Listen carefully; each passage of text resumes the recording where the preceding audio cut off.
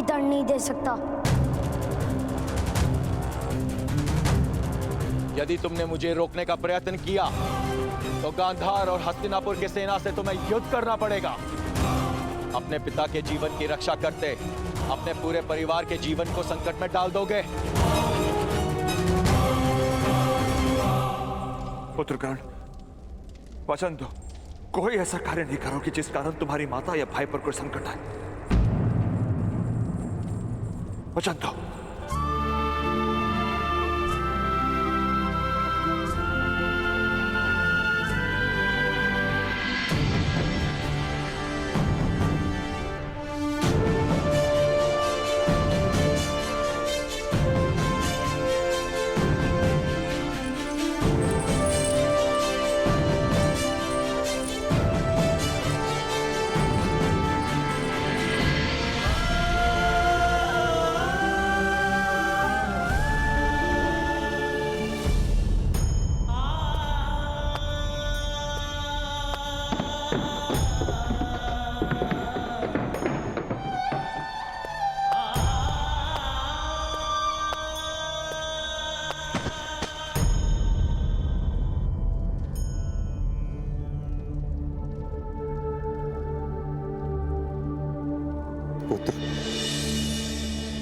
ताक्षरी,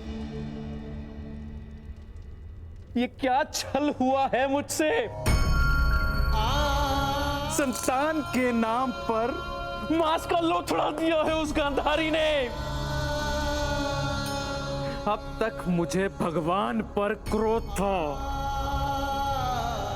कि उसने मुझे दृष्टि से वंचित रखा, किंतु आज सुख है कि मेरे नेत्र नहीं हैं, कि मैं उस मांस के लोथड़े को देख नहीं पाया। मेरे भाग्य ने मुझसे मुंह मोड़ लिया है ताक्षरी। आज तक मेरी दृष्टि ने मुझे कभी पराजित नहीं किया, किंतु आज मैं अपने भाग्य से पराजित हो गया हूं ताक्षरी। आपने सदैव मुझे शिक्षा दी है ताक्षरी कि जब तक हृदय का बल है तब तक कोई भी संघर्ष बड़ा नहीं है, किंतु आज मेरे हृदय का बल ही टूट चुका है, टूट चुका है। नहीं नहीं पुत्र, जीवन की घटनाओं से हृदय का बल नहीं टूटता, मन का छल टूटता है। बुद्धि मार्ग को आधार बनाती है, किंतु हृदय अपने चरणों के साहस पर विश्वास रखता है। वो जानता है कि मार्ग निश्चित नहीं, दिशा निश्चित है। अगर एक मार्ग अविरुद्ध हो तो दूसरे मार्ग का निर्माण करता है। नहीं ताक्षरी, अब मेरे चरणों में वो शक्ति नहीं। मेरे स्वप्नों को पूरा करने का मेरे पास कोई और मार्ग नहीं है ताक्षरी।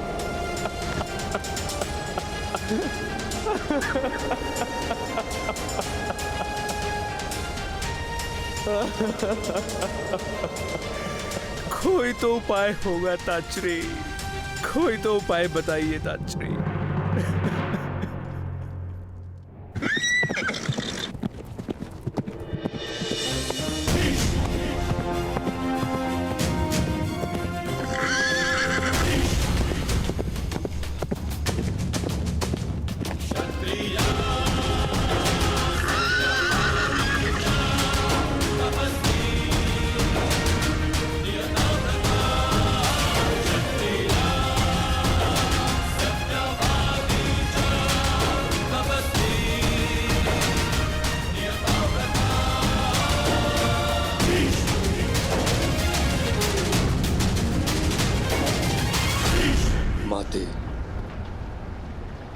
आज आपके पुत्र को आपके मार्गदर्शन की आवश्यकता है।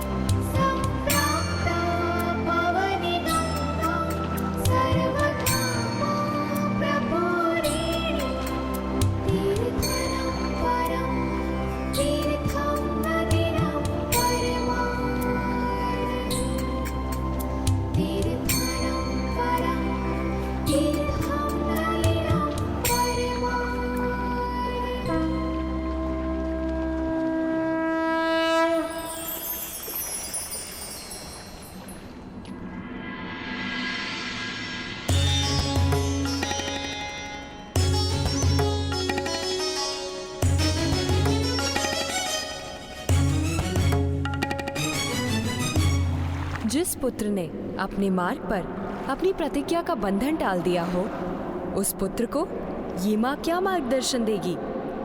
उसी प्रतिज्ञा पर किसी भी स्थिति में अटल रहने का मार्गदर्शन। क्या ऐसी कोई स्थिति हस्तिनापुर में उत्पन्न हुई है पुत्र?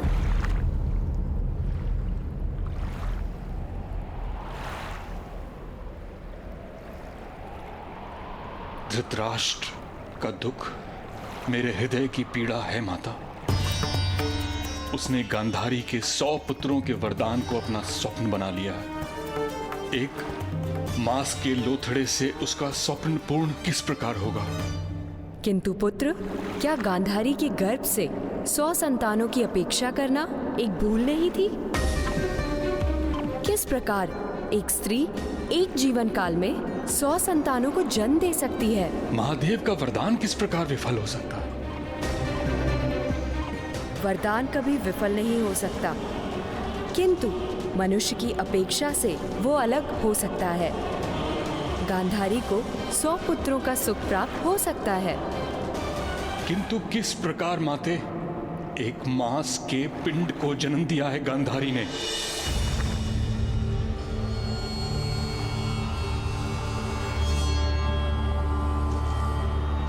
नहीं पुत्र, उसने 100 संतानों के गर्भ बीज को जन्म दिया है।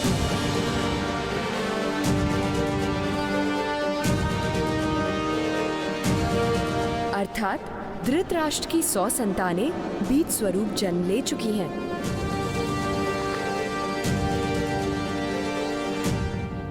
अब उन्हें मानव का रूप देना होगा,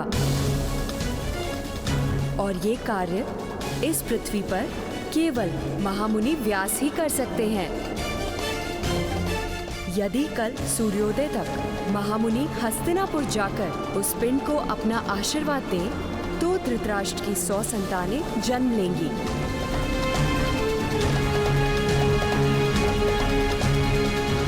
अन्यथा पितृत्व का सुख उसके भाग्य में नहीं।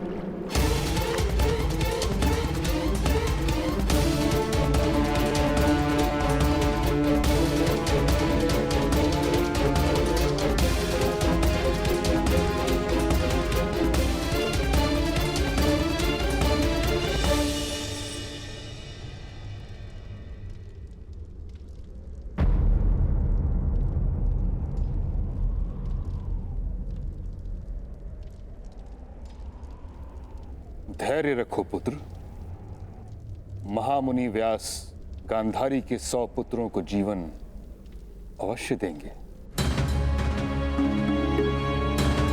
मैं स्वयं जाकर उन्हें तपस्या भंग करने का अनुरोध करूंगा और प्रातः काल से पूर्व उन्हें हस्तिनापुर लाने का संपूर्ण प्रयत्न करूंगा। प्रयत्न करने वाला सफल नहीं होता महामहिम, हठ करने वाला ही सफल होता है। जल की प्राप्ति के लिए प्रयत्न करने वाला नदी और झरने ढूंढता है, और जल के लिए जो हठ करता है वो कुआं खोदता है महामहिम, कुआं।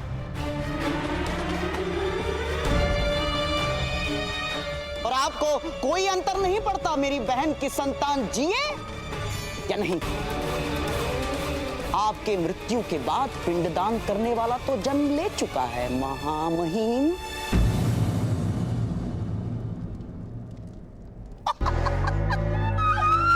महाराज पांडु के घर में हैं? धृतराष्ट्र के प्रति मेरे प्रेम पर संदेह है आपको गंधार राज?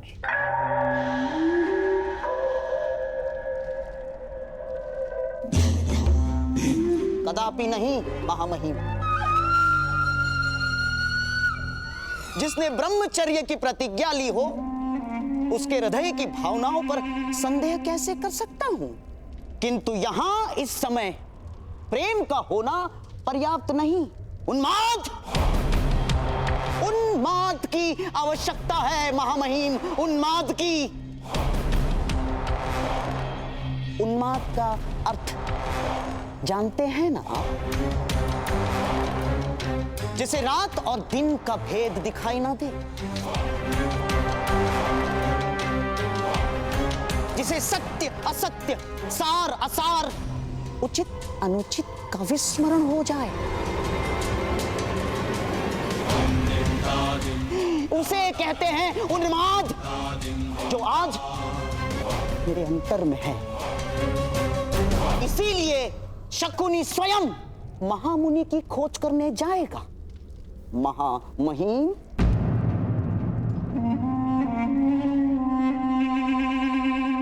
शकुनी यथार्थ कह रहा है ताचरी।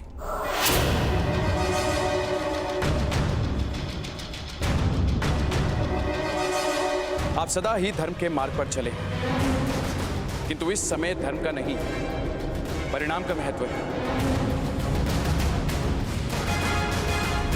अपनी बहन के प्राण, अपना सम्मान और गांधार की स्वतंत्रता की रक्षा हेतु शकुनी अधिक प्रयत्न करेगा।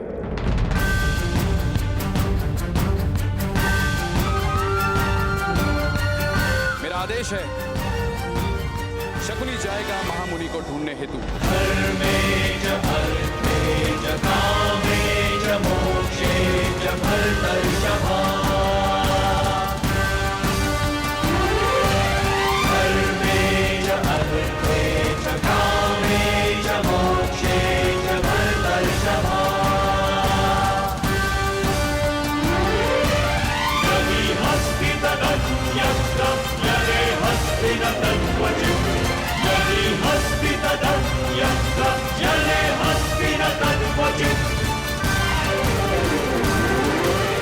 सैनिकों, आप सबसे अधिक बलवान योद्धा समस्त सेना में नहीं है।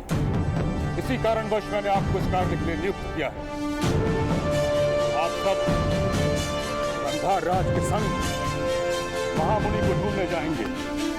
स्मरण रहे, महामुनि तक जाने वाला मार्ग अत्यंत निकट है। गांधार राज शकुनी के सामर्थ्य पर मुझे विश्वास नहीं, इसलिए उनकी रक्षा का भार आप पर है। यदि वो अपने कार्य में सफल होते हैं तो संपूर्ण हस्तिनापुर पर आने वाला संकट टल जाए।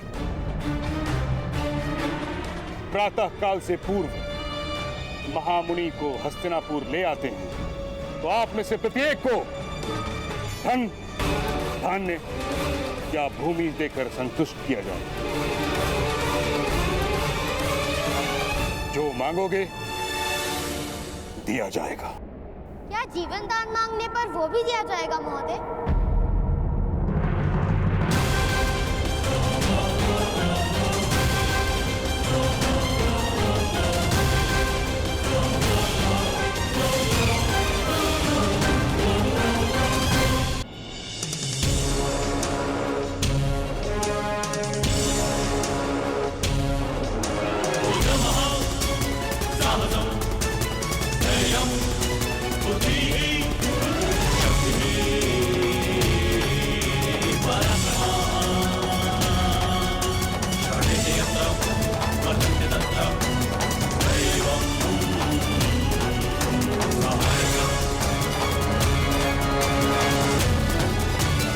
बालक, तुम्हें यहाँ आने की अनुमति किसने दी?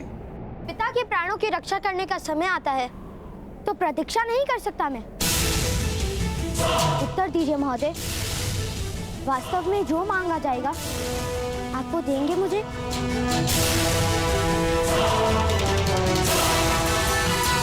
किंतु केवल सैनिकों को।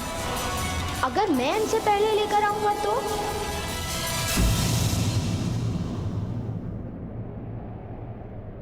सुनो बालक, ये किसी प्रकार का खेल नहीं। जानता हूँ, और मेरे पास भी खेल खेलने का समय नहीं है महोदय।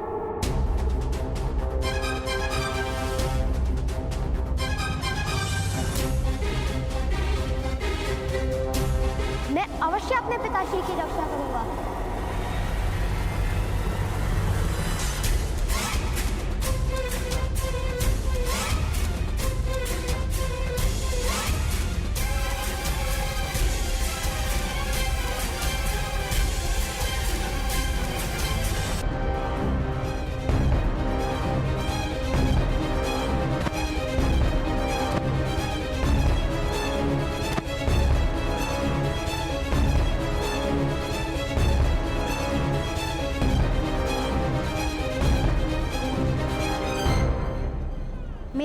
पिताश्री कह रहे थे कि महामुनि व्यास की गुफा में हर पद पर मृत्यु का संकट रहता है।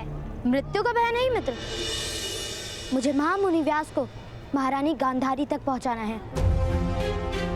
महामहिम ने कहा है कि जो ये कार्य करेगा उसे मुंह मांगा इनाम दिया जाएगा। मैं इनाम में पिताश्री का जीवन मांग लूंगा।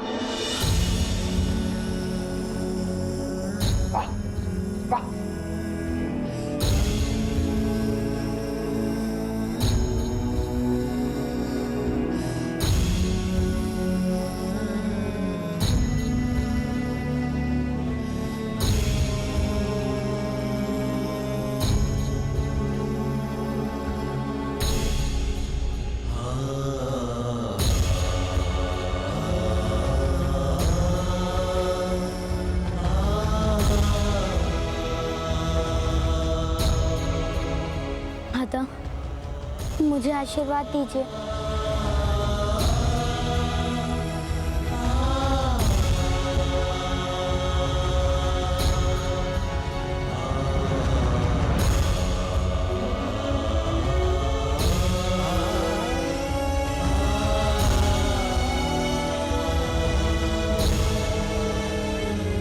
मेरा आशीर्वाद तुम्हारे साथ है पुत्र।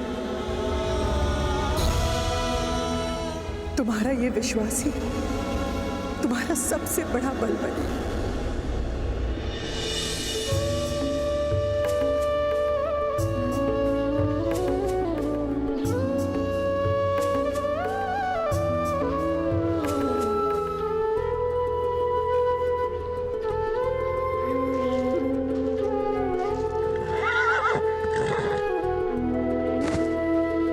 किंतु भ्रातागण, बद्रीराम में आप महामुनि व्यास को किस प्रकार ढूंढेंगे?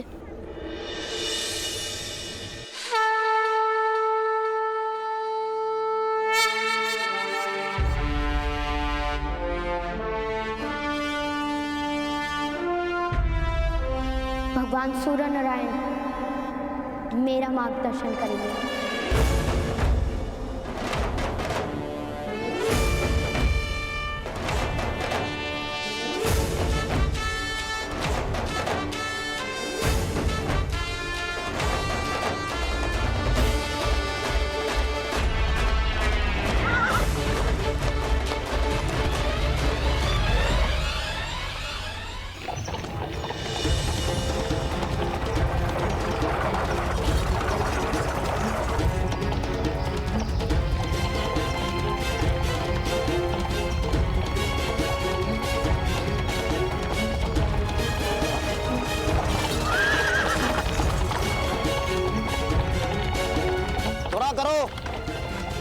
बद्रीधाम का मार्ग लंबा है। सावधानी से चलिए गंधराज। महामुनि व्यास ने इस मार्ग को बहुत कठिन बनाया है। कठिन? मुझे तो नहीं दिखाई पड़ती कठिनाई। इतना सरल मार्ग तो राजनगरी में नहीं होता। केवल बातें फैलाई है, बातें महामहिम भीष्म ने।